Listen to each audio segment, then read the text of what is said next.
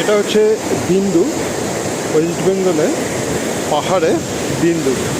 খুব সুন্দর একটা বাঁধ, সুন্দর একটা জায়গা।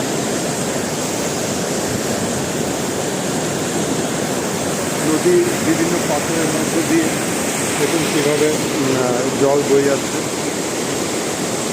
খুব সুন্দর, এখানটা আসলে একটা সুন্দর একটা আওয়াজ, জলের আওয়াজ এবং পরিবেশ মন একদম ফ্রেশ করে দেবে, মাইন্ড ফ্রেশ হয়ে যাবে।